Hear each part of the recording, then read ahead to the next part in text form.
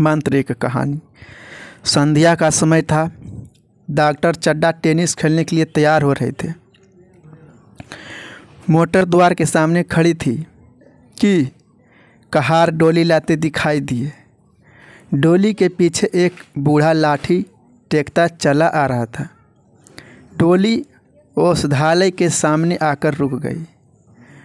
बूढ़े ने धीरे धीरे आकर द्वार पर पड़ी हुई चीख से अंदर झांका। ऐसी साफ सुथरा जमीन पर पैर रखते हुए भय हो रहा था कि कोई डांट ना बैठे। डॉक्टर साहब ने चीख के अंदर से गरज कर कहा, कौन है, क्या चाहता है? बूढ़े ने हाथ जोड़कर कहा, हुजूर, बड़ा गरीब आदमी हूँ। मेरा लड़का कई दिन से बीमार है। डॉक्टर साहब ने कहा, कल सवेरे आओ। कल सवेरे? हम इस वक्त मरीजों को नहीं देखते। बूढ़े ने घुटने टेक कर ज़मीन पर सिर रख दिया और कहा, दुहाई हो सरकार, लड़का मर जाएगा। हुजूर, 4 दिन से आंखें नहीं खोली है। डॉक्टर चड्डा ने घड़ी देखी। केवल 10 मिनट का समय और बाकी है। उन्होंने कहा, कल सवेरे आओ, यह हमारे खेलने का समय है। बूढ़े ने पगड़ी उतारकर चौखट पर रख दी और रोते हुए कहा, हुजूर, एक निगाह देख ले, बस एक निगाह, लड़का मर जाएगा। हुजूर, 7 लड़कों में यह एक ही बच रहा है। 6 पहले ही बीमारी से मर गए। हम रो रो कर ही मर जाएंगे। डॉक्टर ने उसकी बातों की ओर ध्यान नहीं दिया। उन्होंने धीरे से चीख उठाई और बाहर निकलकर मोटर की तरफ बढ़ चले। बूढ़ा यह कहते हुए उनके पीछे दौड़ा, सरकार, बड़ा धर्म होगा, हुजूर, दया कीजिए। लड़के को छोड़कर इस संसार में मेरा कोई नहीं है। डॉक्टर साहब ने मुंह फेर लिया, उसकी तरफ देखा तक नहीं। मोटर में बैठकर बोले, कल आना। मोटर चली गई। बूढ़ा कई मिनट तक मूर्ति की तरह खड़ा रहा। डोली जिधर से आई थी उधर ही चली गई। यहाँ से निराश होकर वह फिर किसी डॉक्टर के पास नहीं गया। उस रात हंसता खेलता 7 साल का बालक इस संसार से सिधार गया।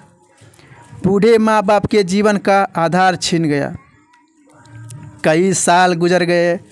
डॉक्टर चड्डा ने खूब यश और धन कमाया। उनके 2 बच्चे थे, एक लड़का और एक लड़की। लड़की का विवाह हो चुका था। लड़का कॉलेज में पढ़ता था। उसका नाम था कैलाश। आज उसकी 20वीं सालगिरह थी। कैलाश ने अपने सभी सहपाठियों मित्रों को बुलाया था। उसकी एक खास मित्र थी, मृणालिनी। कैलाश और मृणालिनी आपस में प्रेम करते थे। कैलाश को सांप पालने, खिलाने और नचाने का शौक़ था। उसने तरह तरह के सांप पाल रखे थे। उसने यह विधियाँ एक बड़े सपेरे से सीखी थी। सांपों को जड़ी बूटियाँ जमा कर कर उसको मरज करता था।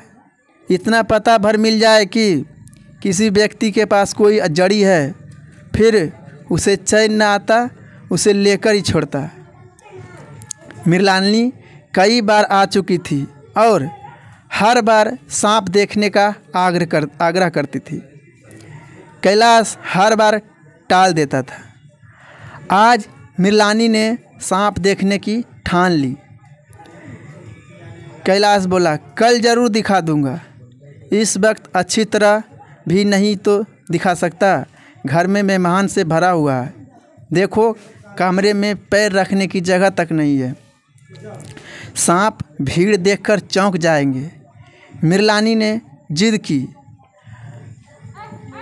और लोगों ने भी हवा दी। कैलाश मृणालिनी और अन्य मित्रों को सांपों के दरबे के आगे ले जाकर बीन बजाने लगा। फिर एक एक खाना खोलकर एक एक सांप को निकालने लगा। क्या कमाल था! ऐसा जान पड़ता था कि ये सांप उनकी एक एक बात मानते हैं। उसने सांपों को अपने हाथ में गले में डालना शुरू किया। मृणालिनी घबरा रही थी। एक मित्र ने कहा, अजी दांत तोड़ डाले होंगे। कैलाश हंसकर बोला, दांत तोड़ना मदारियों का काम है, इनके दांत नहीं तोड़े गए हैं। कहो तो दिखा दूं? यह कहकर उसने एक काले सांप को पकड़ लिया और बोला, मेरे पास इससे बड़ा जहरीला सांप दूसरा नहीं है। इसका काटा तुरंत मर जाता है। इसके काटने की दवा नहीं, कोई मंत्र नहीं। इसके दांत दिखा दूं? इस पर एक मित्र ने बोला, मुझे तो विश्वास नहीं होता, लेकिन तुम कहते हो तो मान लेता हूँ। कैलाश पर इस वक्त भूत सवार था। उसने सांप की गर्दन को पकड़कर जोर से दबाई, इतना जोर से कि उसका मुंह लाल हो गया। सांप ने कैलाश के हाथों में ऐसा व्यवहार कभी नहीं देखा था। उसने सोचा कि आज यह मुझे मार ही डालना चाहता है, अतः वह आत्मरक्षा के लिए तैयार हो गया। कैलाश ने उसकी गर्दन खूब दबाकर मुंह खोल दिया और उसके जहरीले दांत दिखाते हुए बोला, जिन जिन सज्जनों को शक हो आकर देख लो। आया विश्वास या अभी कुछ शक है? मित्रों को दांत दिखाकर कैलाश ने सांप की गर्दन को ढीली कर दी। सांप क्रोध से पागल हो गया था। गर्दन ढीली पड़ते ही उसने फान उठाकर कैलाश की उंगली में जोर से काटा और वहाँ से भाग निकला। कैलाश की अंगुली से टप टप खून बहने लगा। उसने जोर से अंगुली दबा ली और कमरे की तरफ भागा। तुरंत ही एक जड़ी पीसकर लगाई। मित्रों में हलचल मच गई। डॉक्टर साहब घबरा गए। डॉक्टर साहब ने कहा, चीरा लगा दें, लेकिन कैलाश को जड़ी बूटी पर भरोसा था। 1 मिनट में ही कैलाश की आंखें झपकने लगी, होंठों पर नीलापन दौड़ने लगा, यहाँ तक कि वह खड़ा भी न रह सका। फर्श पर बैठ गया। सारे मेहमान कमरे में जमा हो गए। कैलाश को फर्श पर लिटा दिया गया और पंखा चलाने लगे। एक महाशय बोला, कोई मंत्र झाड़ने वाला मिले तो संभव है जान बच जाएगा। एक मंत्र झाड़ने वाला आया भी, मगर कैलाश की सूरत देखकर उसे मंत्र चलाने की हिम्मत नहीं हुई। अब क्या हो सकता है? सरकार, जो कुछ होना था हो चुका। घर के सभी लोग रोने लगे। शहर से कई मील दूर एक छोटे से घर में एक बूढ़ा और बुढ़िया अंगीठी के सामने बैठे जाड़े की रात काट रहे थे। मिट्टी के तेल की एक कुप्पी ताक पर जल रही थी। घर में न चारपाई थी न बिछौना। एक कोने में थोड़ी सी पुआल पड़ी थी। बुढ़िया दिन भर उपले और सूखी लकड़ी बटोरती और बूढ़ा रस्सी बांटकर बाजार में बेच आता। यही उनकी जिंदगी थी। किसी ने द्वार पर आवाज़ लगाई, भगत भगत, क्या सो गए? जरा किवाड़ खोलो। भगत ने उठकर खोल दिए।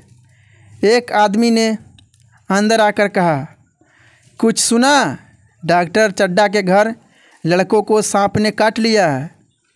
तुम चाहो तो चले जाओ, आदमी बन जाओगे, खूब पैसा मिलेगा। बूढ़े ने कठोर भाव से सिर हिलाकर कहा, मैं नहीं जाता। मेरी बला से मरे, मैं उस डॉक्टर को खूब जानता हूँ। मेरा लड़का अंतिम सांसें गिन रहा था। मैं भैया को लेकर उन्हीं के पास गया था। डॉक्टर साहब खेलने जा रहे थे। मैं पैरों पर गिर पड़ा कि एक नज़र देख लीजिए, मगर उसने सीधे मुंह बात नहीं की। अब जान पड़ेगा कि बेटे का गम कैसा होता है। उस वक्त मेरी आँखों में आंसू निकल पड़े थे, पर उन्हें तनिक भी दया न आई थी। तो नहीं जाओगे? हमने जो सुना था उसे कह दिया। अच्छा किया, अच्छा किया, कलेजा ठंडक हो गया। तुम जाओ, आज चैन की नींद सोऊंगा, एक चिलम और पीऊँगा। अब मालूम होगा लाला को सारी साहबी निकल जाएगी। हमारा क्या बिगड़ा? लड़के के चले जाने से कोई राज तो नहीं चला गया। जहाँ 6 बच्चे गए थे वहाँ एक और चला गया। तुम्हारा तो राज सूना हो जाएगा। उसी वास्ते सबका गला दबा दबा कर धन जुड़ा था ना। अब क्या करोगे? आदमी चला गया। भगत ने किवाड़ बंद कर लिए, तब चीलम पीने लगा। बुढ़िया ने कहा, इतनी रात गए, जाड़े में कौन जाएगा? अरे दोपहर ही होता तो भी मैं नहीं जाता। सवारी दरवाजे पर लेने आती तो भी नहीं जाता। भूला थोड़े ही हूँ। मेरे बेटे को निर्दयी ने एक नज़र तक नहीं देखा था। भगत के लिए यह जीवन में पहला अवसर था कि ऐसा समाचार पाकर भी वह बैठा रह गया। 80 वर्ष के जीवन में ऐसा कभी नहीं हुआ था कि सांप की खबर सुनकर वह दौड़कर न गया हो। कैसा भी मौसम हो, लेन देन का विचार कभी मन में आया ही नहीं। बुढ़िया सो चुकी थी। बूढ़े का मन भारी हो रहा था। उसे चैन न आ रहा था, नहीं नींद। ऐसा लग रहा था जैसे उसकी कोई चीज़ खो गई है। बूढ़ा खड़ा हो गया। उसने अपनी लकड़ी उठाई और धीरे से किवाड़ खोले। बुढ़िया जाग पड़ी। उसने पूछा, कहाँ जाते हो? कहाँ नहीं, देखता था कि कितनी रात है। अभी बहुत रात है, सो जाओ। नींद नहीं आती है। नींद काहे को आएगी? मन तो चड्डा के घर लगा हुआ है। चड्डा ने हमारे साथ कौन सी नेकी काम कर रहा है जो वहाँ जाऊँ? पागल नहीं हूँ कि मेरे लिए कांटे बोए, उसके लिए मैं फूल बोता। बुढ़िया फिर सो गई। भगत ने किवाड़ लगा दिए और फिर आकर बैठ गया।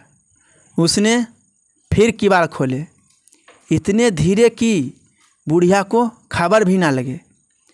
बाहर निकल आया। भगत ने आगे पैर बढ़ाया। भगत लाठी खटखट करता लपका चला जा रहा था। उसके मन में कई बार आया कि ना जाएं, रुक जाएं, लेकिन अंतर मन से उसे आगे ठेल रहा था। इतने में 2 आदमी आते दिखाई दिए। दोनों बात करते चले आ रहे थे कि चड्डा बाबू का घर उजड़ गया। वही तो एक लड़का था भगत के। कान में यह आवाज़ पड़ी। उसकी चाल और भी तेज हो गई। वह दौड़ने लगा। अपनी उम्र में वह इतना तेज कभी नहीं दौड़ा था। इतने में उसे चड्डा साहब का घर दिखाई दिया। रात के 2 बज चुके थे। मेहमान विदा हो चुके थे। सभी रो रो कर थक चुके थे। सहसा भगत ने द्वार पर पहुंचकर आवाज़ दी, डॉक्टर साहब बाहर आइए। देखा एक बूढ़ा आदमी खड़ा है। कमर झुकी हुई है। पोपला मुंह भौहें तक सफ़ेद हो गई है। लकड़ी के सहारे कांप रहा है।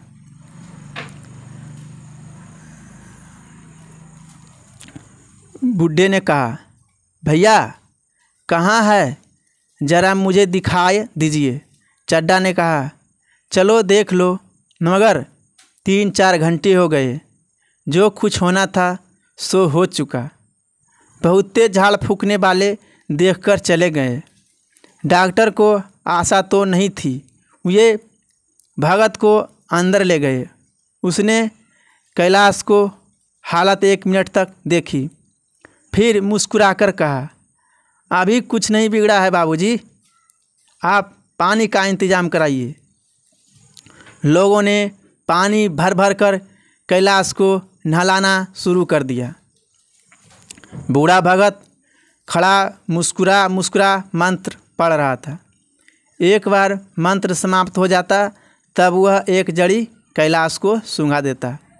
इसी तरह न जाने कितनी बार कैलाश के सिर पर डाले और न जाने कितने मंत्र भगत ने फूके। सुबह होते होते कैलाश ने लाल लाल आँख खोली, अंगड़ाई ली और पानी पीने की लिए मांगा। यह देखकर भगत वहाँ से निकलकर घर की तरफ लपका। यहाँ चारों ओर भगत की तलाश होने लगी और भगत लपका हुआ चला जा रहा था कि बुढ़िया के उठने के पहले घर पहुँचना है। जब मेहमान लोग चले गए तो डॉक्टर साहब ने नारायणी से कहा, बूढ़ा ना जाने कहाँ चला गया, एक चिलम तंबाकू का भी हकदार न था। नारायणी ने बोला, मैंने तो सोचा था इसे कोई बड़ी रकम दूंगी। चड्डा बोला, रात को तो मैंने नहीं पहचाना, पर ज़रा साफ होने पर पहचान गया है। एक बार यह मरीज को लेकर आया था। मुझे अब याद आता है कि मैं खेल के लिए जा रहा था और मैंने मरीज को देखने से इनकार कर दिया था। आज उस दिन की बात याद करके मुझे जितनी गलानी हो रही है उसे प्रकट नहीं कर सकता। मैं उसे अब खोज निकालूंगा और उसके पैर पर गिरकर अपना अपराध क्षमा कराऊंगा। वह कुछ लेना नहीं, यह जानता हूँ। उसका जन्म यश की वर्षा करने के लिए ही हुआ है। उसकी सजनता ने मुझे ऐसा आदर्श दिखा दिया जो अब से जीवन उपरांत ही मरने के बाद ही होगा।